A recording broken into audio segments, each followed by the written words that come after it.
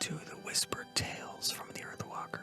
We're stories here. They're not just told with words, but with this intimacy of whispering. I, of course, am the Earthwalker, and I'll be your guide to this world. For those of you who have journeyed with me on Black Screen Whispers, expect the same mesmerizing experience. And to our new friends, I promise an escape to worlds both splendid and spectral, all shared with this gentle whisper.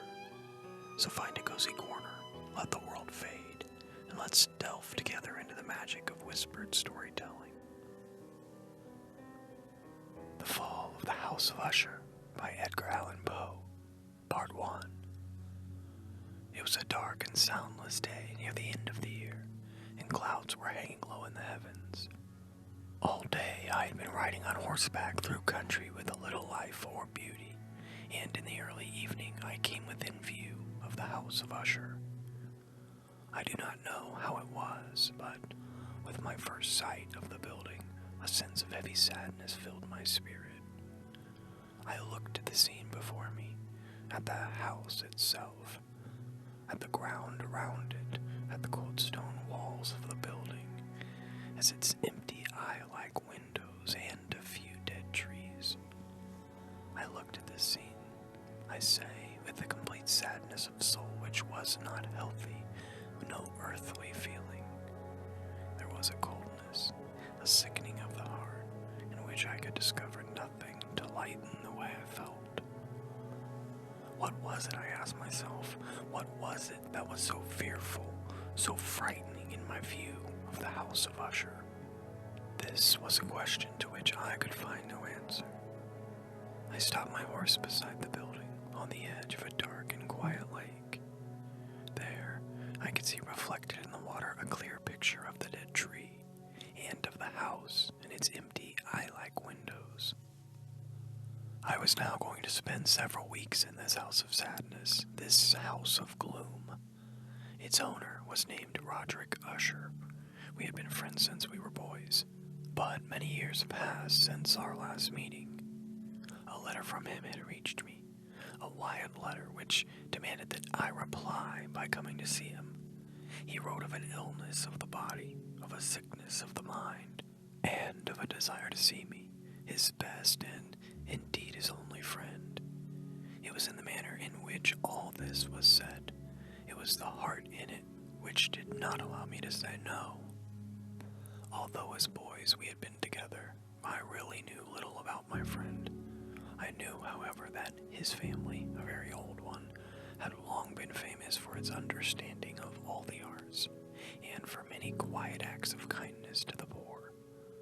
I had learned, too, that the family had never been a large one, with many branches. The name had passed always from father to son, and when people spoke of the House of Usher, they included both the family and the family home. I again looked upon the picture of the house reflected in the lake to the house itself. A strange idea grew in my mind, an idea so strange that I tell it only to show the force of the feeling which laid their weight on me. I really believe that around the whole house and the ground around it, the air itself was different. It was not the air of heaven. It rose from the dead, decaying trees, from the gray walls and the quiet lake. It was a sickly, unhealthy air that I could see, slow-moving, heavy, gray, shaking off from my spirit what must have been a dream. I looked more carefully at the building itself. The most noticeable thing about it seemed to be its great age. None of the walls had fallen, yet the stones appeared to be in condition of an advanced decay. Perhaps the careful eye would have been discovered in the beginning of a break in the front of the building, a crack making its way from the top down the wall until it became lost in the dark waters of the lake. I rode over a short bridge to the house. A man who worked in the house, a servant, took my horse, and I entered. Another servant of quiet step led me without word through many dark turnings to the room of his master. Much that I met on the way added, I do not know how, to the strangeness of which I have already spoken. While the objects around me, the dark wall coverings, the blackness of floor, clothes, and the things it brought home from long-forgotten wars. While these things were like the things I had known since I was a baby, while I admitted that all this was only what I had expected, I was still surprised at the strange idea which grew in my mind from these simple things. The room I came into was very large and high. The windows were high and pointed at the top, and so far above the black floor that they were quite out of reach. Only a little light, red in color, made its way through the glass, and served to lighten the nearer and larger objects. My eyes, however, tried and failed to see into the far, high, dark corners of the room. Dark coverings hung upon the walls. The many chairs and tables had been used for a long, long time. Books lay around the room, but could give it no sense of life. I felt sadness hanging over everything. No escape from this deep, cold gloom seemed possible. As I entered the room, Usher stood up from where he had been lying and met me with a warmth which at first I could not believe was real. A look, however, at his face told me that every word he spoke was true. We sat down, and for some moments, while he said nothing, I looked at him with a feeling of sad surprise. Surely, no man had ever before changed as Roderick Usher had. Could this be the friend of my early years? Is it true that his face had always been unusual? He had gray white skin, eyes large and full of light, lips not bright in color, but of a beautiful shape, a well-shaped nose, hair of a great softness, a face that was not easy to forget. And now the increase in the strangeness of his face had caused so great a change that I almost did not know him. The horrible white of his skin and the strange light in his eyes surprised me and even made me afraid. His hair had been allowed to grow, and in its softness it did not fall around his face, but seemed to lie upon the air. I could not, even with an effort, see in my friend the appearance of a simple human being. In his manner, I saw at once, changes came and went, and I soon found that this resulted from his attempt to quiet a very great nervousness. I had indeed been prepared for something like this, partly by his letter, and partly by remembering him as a boy. His actions were first too quick and then too quiet. Sometimes his voice, slow and trembling with fear, quickly changed to a strong, heavy, carefully spaced, too perfectly controlled manner. It was in this manner that he spoke of the purpose of my visit, of his desire to see me, and of the deep delight and strength he expected me to give him. He told me what he believed to be the nature of his illness. It was, he said, a family sickness, and one from which he could not hope to grow better. But it was, he added at once, only a nervous illness which would without a doubt soon pass away.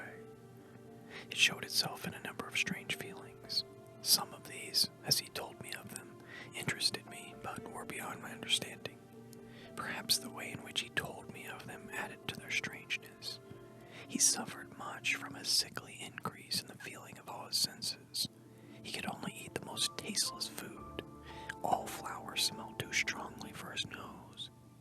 His eyes were hurt by even a little light, and there were few sounds which did not fill him with horror.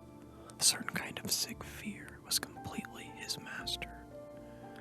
"I shall die," he said. "I shall die. I must die of this fool sickness. In this way, and no other way, I shall be lost. I fear what will happen in the future, not for what happens, but for the result of what happens. I have indeed no fear of pain, but only fear of its result, of terror.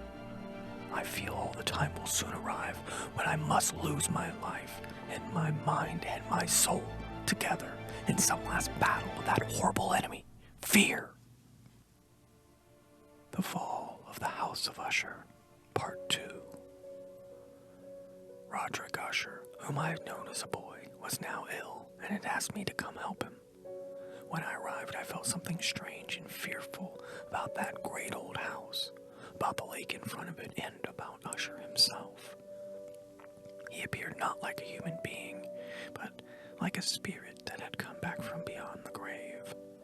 It was an illness, he said, from which he would surely die. He called his sickness fear. I have, he said, no fear of pain, but only the fear of its result, of terror. I feel that my time will soon arrive when I must lose my life, and my mind and my soul together, in some last battle with that horrible enemy, fear. I learned also, but slowly, and through broken words without doubtful meaning, another strange fact about the condition of Usher's mind. He had certain sick fears about the house in which he lived. He had not stepped out of it for many years. He felt that the house, with its gray walls and the quiet lake around it, had somehow through the long years gotten a strong hold on his spirit. He said, however, that much of the gloom which lay so heavily on him was probably caused by something more plainly to be seen, by the long-continued illness, indeed the coming death of a dearly loved sister, his only company for many years. Except for himself, she was the last member of his family on earth.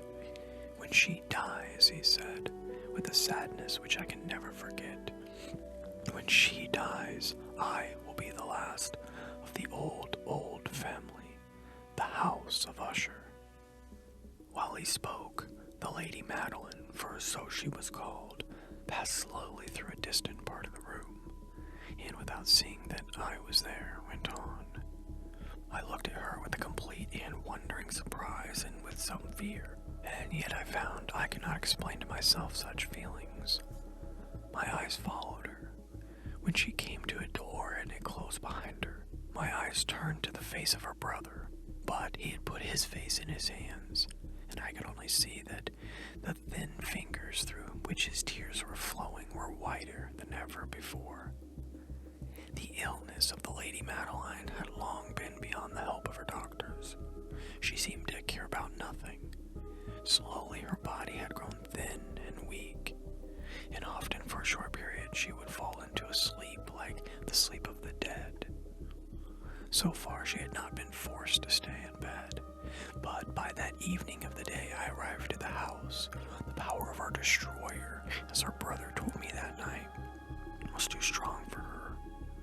I learned that my one sight of her would probably be the last I would have, that the lady, at least while living, would be seen by me no more.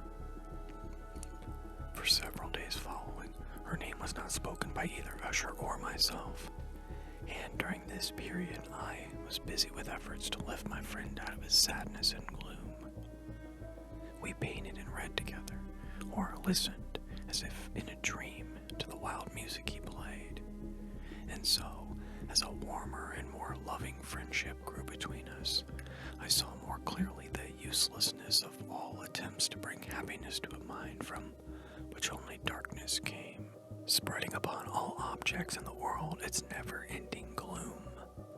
I shall always remember the hours I spent with the master of the House of Usher, yet I would fail in any attempt to give an idea to the true character of the things we did together. There was a strange light over everything. The paintings which he made me tremble, though I not know why. To tell of them is beyond the power of written words. If ever a man painted an idea, that man was Roderick Usher. For me at least, there came out of his pictures a sense of fear and wonder. One of these pictures may be told, although weakly, in words. It showed the inside of a room where the dead might be placed, with low walls, white and plain. It seemed to be very deep under the earth, and there was no door, no window, no light, no fire burned. Yet a river of light flowed through it, filling with it a horrible, ghastly brightness. I have spoken of that sickly condition of the senses, which made the most music painful for Usher to hear. The notes he could listen to with pleasure were very few. It was this fact, perhaps, that made the music he played so different from most music. But the wild beauty of his playing could not be explained.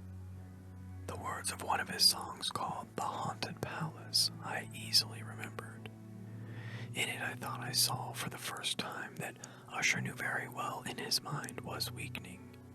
This song told of a great house where a king lived, a palace, in a green valley, where all was light and color and beauty, and the air was sweet. In the palace there were 2 bright windows through which people in the happy valley could hear music and see smiling ghosts, spirits moving around the king. The palace door was of the richest materials in red and white. Through it came other spirits whose only duty was to sing in their beautiful voices about how wise their king was. But a dark change came. The song continued, and now those who enter the valley see through the windows in a red light, shapes that move to broken music, while through the door, now colorless, a ghastly river of ghosts, laughing but no longer smiling, rushes out forever. Our talk of this song led to another strange idea in Usher's mind.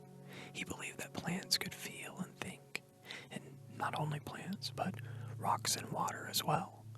He believed that the gray stones of his house, and the small plants growing on the stones, and the decaying trees, had a power over him that made him what he was. Our books, the books which for years had fed the sick man's mind, were, as might be supposed, of the same wild character. Some of these books Usher sat and studied for hours. His chief delight was found in reading one very old book, written for some forgotten church, telling of the watch over the dead. At last, one evening, he told me that the Lady Madeline was alive no more. He said that he was going to keep her body for a time in one of the many vaults inside the walls of the building. The worldly reason he gave for this was one for which I felt I had to agree.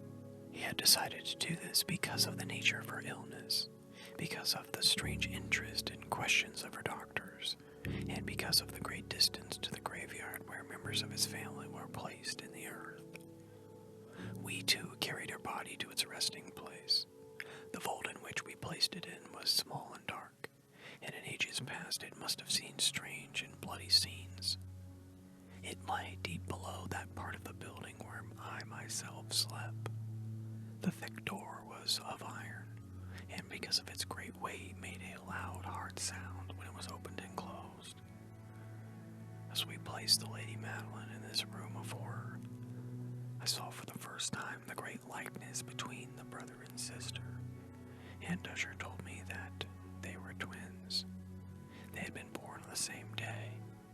For that reason, the understanding between them had always been great, and that the tie that held them together was very strong. We looked down at the dead face one last time, and I was filled with wonder. As she lay there, the Lady Madeline looked not dead, but asleep, still soft and warm, though to the touch, cold as stones around us. The Fall of the House of Usher, Part 3. I was visiting an old friend of mine, Roderick Usher, in his old stone house, his palace, where a feeling of death hung on the air. I saw how fear was pressing on his heart and mind. Now his only sister, the Lady Madeline, had died, and we had put her body in its resting place, in a room inside the cold walls of the palace, a damp, dark vault, a fearful place. As we looked down upon her face, I saw that there was a strong likeness between the two. Indeed, said Usher, we were born on the same day, and the tie between us has always been strong. We did not long look down on her, for fear and wonder filled our hearts. There was still a little color in her face, and there seemed to be a smile on her lips. We closed the heavy iron door and returned to the rooms above, which were hardly less gloomy than the vault. And now a change came in the sickness of my friend's mind. He went from room to room with a hurried step. His face was, if possible, whiter and more ghastly than before, and the light in his eyes had gone. The trembling in his voice seemed to show the greatest fear. At times he sat looking at nothing for hours, as if listening to some sound I could not hear. I felt his condition, slowly but certainly gaining power over me. I felt that his wild ideas were becoming fixed in my own mind. As I was going to bed late in the night in the 7th or 8th day after we placed the Lady Madeline within the vault, I experienced the full power of such feelings. Sleep did not come while the hours passed. My mind fought against the nervousness. I tried to believe that much, if not all, of what I felt was due to the gloomy room, to the dark wall coverings, which in a rising wind moved on the walls. But my efforts were useless. A trembling I could not stop filled my body, and fear without reason caught my heart. I sat up, looking into the darkness of my room, listening, I don't know why, to certain low sounds which came when the storm was quiet. A feeling of horror lay upon me like a heavy weight. I put on my clothes and began walking nervously around the room. I had been walking for a very short time when I heard a light step coming toward my door. I knew it was Usher. In a moment I saw him at my door, as usual very white, but there was a wild laugh in his eyes. Even so, I was glad to have his company. "Have you not seen it?" he said. He hurried to one of the windows and opened it to the storm. The force of the entering wind nearly lifted us from our feet. It was indeed a stormy but beautiful night, and wildly strange. The heavy, low-hanging clouds which seemed to press down upon the house flew from all directions against each other, always returning and never passing away in the distance. With their great thickness, they cut off all light from the moon and the stars. But we could see them because they were lighted from below by the air itself, which we could see rising from the dark lake and from the stones of the house itself. "You must not, you shall not look out at this," I said to Usher, as I led him from the window to a seat. "This appearance, which surprises you, has been seen in other places too. Perhaps the lake is the cause. Let us close this window, the air is cold. Here is one of the stories you like best. I will read, and you shall listen, and thus we will live through this fearful night together." The old book which I had picked up was one written by a fool for fools to read, and it was not, in truth, one that Usher liked.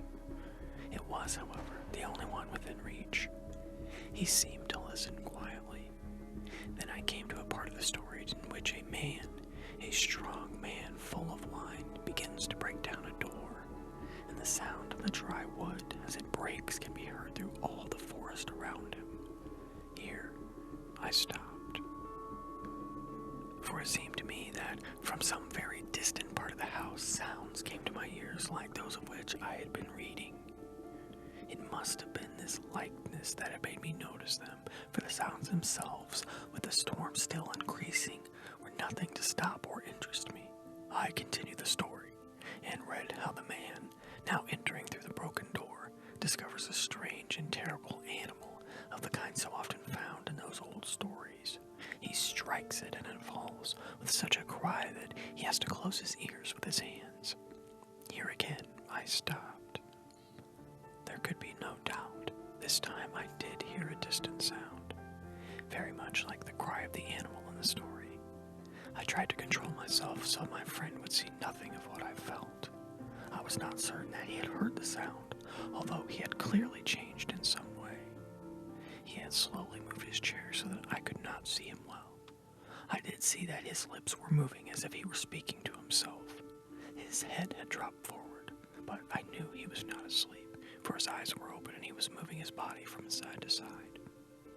I began reading again, and quickly came to a part of the story where a heavy piece of iron falls on a stone floor with a ringing sound. These words had just passed my lips when I heard clearly, but from afar away, a loud ringing sound, as if something of iron had indeed fallen heavily upon a stone floor, or as if an iron door had closed. I lost control of myself completely and jumped up from my chair. Usher sat still, moving a little from side to side. His eyes were turned to the floor. I rushed to his chair. As I placed my hand on his shoulder, I felt that his whole body was trembling. A sickly smile touched his lips. He spoke in a low, quick, and nervous voice, as if he did not know I was there. "Yes," he said, Yes, I heard it.